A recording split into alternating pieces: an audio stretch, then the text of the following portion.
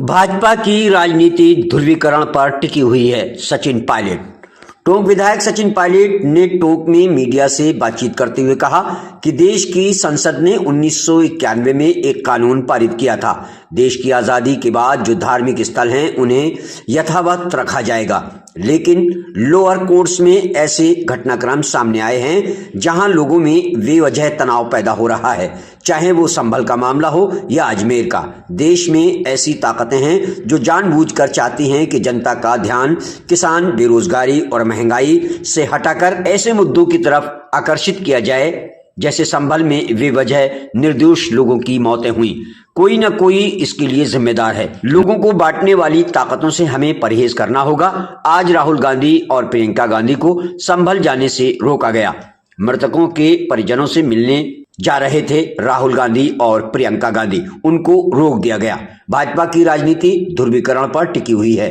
भाजपा के लोग हमेशा कुछ न कुछ सुलगाने की कोशिश करते रहते हैं। अगर आप देश में यह मुहिम छेड़ दें कि हमें धर्मस्थल, मकानों को खोदना है और उसके नीचे क्या निकलेगा यह देखना है, तो इसका कोई अंत नहीं है। आगे महाराष्ट्र, हरियाणा और राजस्थान में विधानसभा उपचुनाव परिणाम पर बोले, यह परिणाम बिल्कुल चौंकाने वाले परिणाम थे। राजस्थान में भी हमारा प्रदर्शन अच्छा नहीं रहा। यहां हम केवल एक ही सीट जीत पाए। पार्टी जब चुनाव जीतती है तो उसका श्रेय सब लेते हैं। आज अगर हम जीत नहीं पाए तो उसकी जिम्मेदारी भी सभी लोगों को लेनी होगी। दौसा का चुनाव हम जीते हैं। दौसा में सरकार ने सारे हथकंडे अपनाए, इसके बावजूद हम वहां चुनाव जीते। लोगों ने हमें पसंद किया, लेकिन हम जहां चुनाव नहीं जीत सके वहां संगठन भी देख रहा है, कमेटियां भी बनी हैं। हम लोग सही समय पर सही कार्रवाई भी करेंगे। प्रियंका गांधी वायनाड से रिकॉर्ड मतों से चुनाव जीती। उत्तर प्रदेश में हमारा गठबंधन कई जगह आगे रहा। ऐसा नहीं है कि परिणाम एक तरफा रहे हों। कुछ परिणाम हमारे पक्ष में तो कुछ विपक्ष में आए हैं। भाजपा प्रदेश प्रभारी राधा मोहन अग्रवाल दास के बयान पर कहा, मेरी अग्रवाल से अब तक मुलाकात भी नहीं हुई है, ना ही मैं उन्हें जानता हूं। मैं जब भी उनसे मिलूंगा तो जरूर पूछूंगा कि वह मुझसे इतना विशेष प्रेम क्यों रखते हैं। संगठन का काम करना चाहिए। राजनीति में बेहतर टीका टिप्पणी का एक स्तर रखना चाहिए। अपने विरोधियों को भी हमें कभी कम नहीं समझना चाहिए। कड़वे बोल बोलकर कोई आगे नहीं जा सकता। आगे सचिन पायलट ने क्या कहा, आइए जानते हैं। टोंक से संवाददाता नासिर खान की रिपोर्ट। 1991 में एक कानून पारित किया था और वो कानून सरकार का नहीं, पूरी सर्वसम्मति से संसद ने पारित किया था कि देश की आजादी के बाद जो धार्मिक स्थल हैं उनको एज इट इज रखा जाएगा, यथावत रखा जाएगा। लेकिन कहीं ना कहीं जो लोअर कोर्ट्स हैं वहां पर इस प्रकार के घटनाक्रम सामने आ रहे हैं जहां पर लोगों में बेवजह तनाव पैदा हो रहा है। और मुझे लगता है चाहे वो संभल का मसला हो या अजमेर का मसला हो, जानबूझ के कोई ताकतें हैं इस देश में जो चाहती हैं कि जनता का ध्यान किसान, महंगाई, बेरोजगारी से हटाकर इन मुद्दों पर आकर्षित किया जाए। इससे तनाव पैदा होता है। बेवजह निर्दोष लोगों की मौत हुई संभल के अंदर और कोई ना कोई इसके लिए जिम्मेदार है। तो ये जो इन बातों को अंजाम देने वाले जो लोग हैं उनसे हमें परहेज करना पड़ेगा, जो ताकतें लोगों को बांटना चाहती हैं। आज राहुल गांधी जी, प्रियंका गांधी जी, संभल में जो लोग जिनकी मौतें हुई हैं उनसे मिलना चाहते, परिवार से मिलना चाहते थे, उनको जाने से रोक दिया गया है और वहां पर एक तनाव का माहौल पैदा करने की कोशिश की जा रही है। क्योंकि भाजपा की जो राजनीति है वो ध्रुवीकरण पर टिकी हुई है और ये एक धीमी आंच पर हमेशा कुछ न कुछ सुलगाने की कोशिश करते रहते हैं। अब आप अगर देश में ये मुहिम छेड़ दो कि हमें हर घर, मकान, पूजा और धर्म स्थानों को खोदना है, फिर नीचे क्या निकलेगा देखना, उसके नीचे और क्या निकलेगा, तो अंत नहीं है। इतना पुराना ये देश है। तो देश की संसद ने 91 में ये कानून पारित कर दिया था कि इस आजादी के बाद जो यथास्थिति है वो मेंटेन रहेगी। तो ऐसी क्या वजह आ गई है कि हम लोगों को बजाय इसके कि लोगों को रोजगार दें, महंगाई कम करें, किसानों की मांग पूरी करें। आज किसान धरना दे रहे हैं। देश की राजधानी पर हजारों लाखों किसान पहुंच रहे हैं। एमएसपी पर कानून बनाने की मांग रख रहे हैं। सरकार को उन पर ध्यान देना चाहिए और संसद में भी चर्चा होनी चाहिए, सार्थक चर्चा हो जो देश के ज्वलंत मुद्दे हैं। तो ये जो लोगों के अंदर एक टकराव पैदा करने की जो एक लोगों ने ठान रखी है, उस मंशा को मैं गलत मानता हूं। देश सबका है, संविधान में सबको बराबर का अधिकार और हक दिया है और ये देश की खूबसूरती है।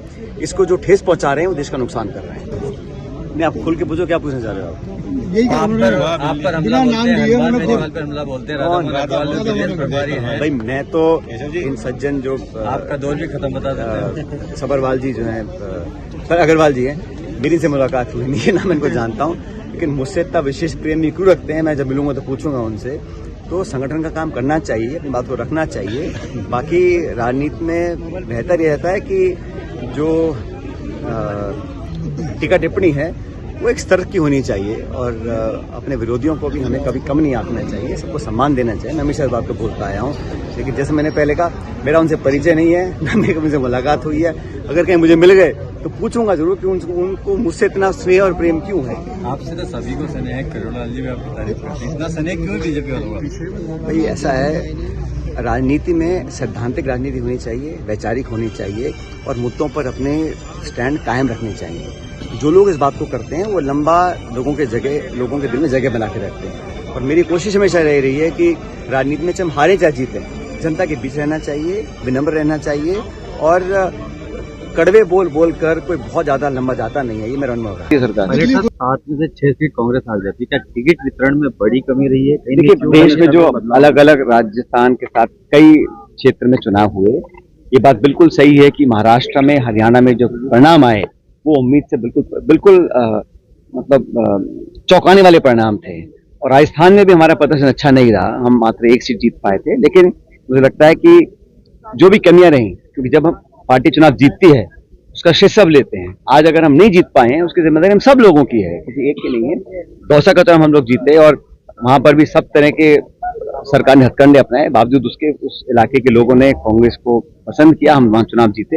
लेकिन हम चुनाव नहीं जीत पाए हैं, उन कारणों को संगठन भी देख रहा है, कमेटियां बनी हुई हैं, और हम लोग इसमें सही समय पर सही कार्रवाई भी करेंगे कि ऐसा क्यों रहा, क्योंकि आप सही कह रहे हैं, प्रदर्शन हमारी उम्मीद से बहुत कम रहा।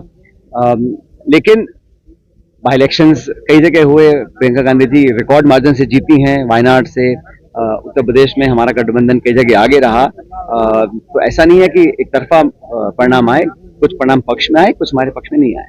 पायलट साहब, 2023 में आपने लगातार मांग उठाई कि सरकार रिपीट होने के लिए कदम उठाए जाने चाहिए। सरकार भी रिपीट नहीं हुई, लेकिन अब उपचुनाव का इतिहास भी बदल गया जो आपके पक्ष में था। ऐसी सूरत में 2028 को लेकर चिंता की लकीरें अभी तो चुनाव पंचायत के होंगे, नगर पालिकाओं के होंगे, उसको सरकार पोस्टपोन करने के मूड में लग रही है। मुझे समय पर चुनाव होने चाहिए, तो अधिकारी बैठेंगे वो बेहतर है, या फिर जो गाँव देहात के लोग हैं वो पंचायतों को चलाएंगे? इसलिए सरकार को तुरंत चुनाव कराने चाहिए। पता नहीं किस कारण से चुनाव से अपना हाथ सरकार खींच रही है।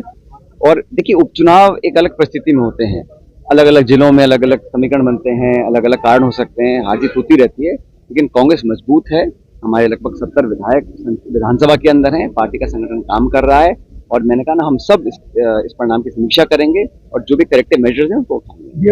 में हार हुई है, कांग्रेस के सांसद बने हैं। हाँ, वहाँ पर भी हम लोग, हमारा प्रदर्शन अच्छा नहीं रहा, हम नहीं चुनाव जीत पाए। मुझे उम्मीद है हम चुनाव जीतेंगे। वहाँ पर त्रिकोणीय मुकाबला हुआ, कुछ घटनाक्रम ऐसे हुए कि वहाँ कांग्रेस का जो वोट है वो हमको पूरा नहीं मिल पाया।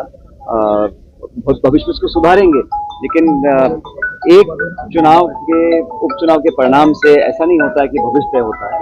और आने वाला समय कांग्रेस के लिए अच्छा रहेगा। पूरे टीम कांग्रेस की जो है, एआईसी से लेके प्रदेश से लेके ब्लॉक जिले तक सब सक्रिय हैं, लगातार प्रोग्राम हम लोग दे रहे हैं, और सरकार को हमेशा जवाबदेही तय कराने का काम कांग्रेस पार्टी करती है। और आज भी पूरे देश में हमारी मीटिंग हुई, वर्किंग कमेटी की, लंबी चली, विस्तार से चर्चा हुई, परिणामों को लेकर चर्चा हुई, आने वाले भविष्य में क्या कदम हम उठाएंगे, नियुक्तियों को लेकर, संगठन को लेकर, प्रभार को लेकर। और मुझे लगता है कि हम ठीक रास्ते पर चल रहे हैं। आने वाले जो भी पॉलिटिकल चुनौती हुई उसका हम डट का मुकाबला करेंगे। पायलट साहब, समझौता से कांग्रेस नेताओं ने दूरी बना ली, आखिर क्या वजह रही कि अभी तक आज कांग्रेस मेरी बात सुन लीजिए, ये सरकार को जवाब देना पड़ेगा। आज तक भी जिन लोगों पर रात को घुसकर आपने लाठियां चलाई हैं, बर्बरता से व्यवहार किया है, हड्डियां तोड़ी हैं, उनके वाहन जला दिए गए हैं, उनको आज तक मुआवजा सरकार ने नहीं दिया है। और ये मैं नहीं कह रहा हूँ, ये भाजपा के लोग भी बोलते हैं इस बात को। कांग्रेस तो सरकार, हम तो मांग रहे हैं भाई। पहली बात हमने, सुन लीजिए मेरी बात, पहली बात हमने करी थी। चुनाव होते रहते हैं, लेकिन इसका ये मतलब नहीं है कि आप सरकार खुद ही हिंसा करेगी तो फिर लॉ एंड ऑर्डर कौन मेंटेन करेगा। और मैं तो कोई हिंसा करे मैं उसके पक्ष बिल्कुल नहीं, कोई भी हो, और सरकार भी ऐसा करती है तो विरोध हमें करना पड़ेगा। लेकिन सरकार की जिम्मेदारी बनती है कॉम्पनसेशन दे, मुआवजा दे, और जो जिम्मेदार लोग हैं उस पर कार्रवाई करे, और जुडिशियल इंक्वायरी इसकी होनी चाहिए। देखिए, आप हमेशा राजनीतिक शुद्धता की बात करते हैं, अच्छे शब्दों की बात करते हैं, लेकिन राधा मोहन अग्रवाल आते हैं भाजपा के प्रदेश प्रभारी, फिर वो अपने ही अंदाज में कुछ बयान दे जाते हैं। नहीं, आप खुल के पूछो, क्या पूछना चाह रहे हो आप? आप पर हमला बोलते हैं, हनुमान मेजवाल पर हमला बोलते हैं, राधा मोहन अग्रवाल भी प्रदेश प्रभारी हैं। भाई, मैं तो इन सज्जन जो आपका दौर भी खत्म बता देते हैं। सबरवाल जी जो हैं, अग्रवाल जी हैं, मेरी से मुलाकात हुई नहीं है, ना मैं इनको जानता हूँ, लेकिन मुझसे इतना विशेष प्रेम भी क्यों रखते हैं, मैं जब मिलूंगा तो पूछूंगा उनसे। तो संगठन का काम करना चाहिए, अपनी बात को रखना चाहिए। बाकी राजनीति में बेहतर ये रहता है कि जो टीका टिप्पणी है वो एक स्तर की होनी चाहिए, और अपने विरोधियों को भी हमें कभी कम नहीं आंकना चाहिए, सबको सम्मान देना चाहिए। मैं हमेशा इस बात को बोलता आया हूँ, लेकिन जैसे मैंने पहले कहा, मेरा उनसे परिचय नहीं है, मुझे मुलाकात हुई है। अगर कहीं मुझे मिल गए तो पूछूंगा जरूर कि उनको मुझसे इतना स्नेह और प्रेम क्यों है। आपसे तो सभी को स्नेह है, करोड़लाल जी भी आपकी तारीफ करते हैं, इतना स्नेह क्यों बीजेपी वालों को? भाई, ऐसा है, राजनीति में सैद्धांतिक राजनीति होनी चाहिए, वैचारिक होनी चाहिए, और मुद्दों पर अपने स्टैंड कायम रखने चाहिए। जो लोग इस बात को करते हैं वो लंबा लोगों के दिल में जगह बना के रखते हैं, और मेरी कोशिश हमेशा रही है कि राजनीति में चाहे हम हारे चाहे जीतें, जनता के बीच रहना चाहिए, विनम्र रहना चाहिए, और कड़वे बोल बोल कर कोई बहुत ज्यादा लंबा जाता नहीं है।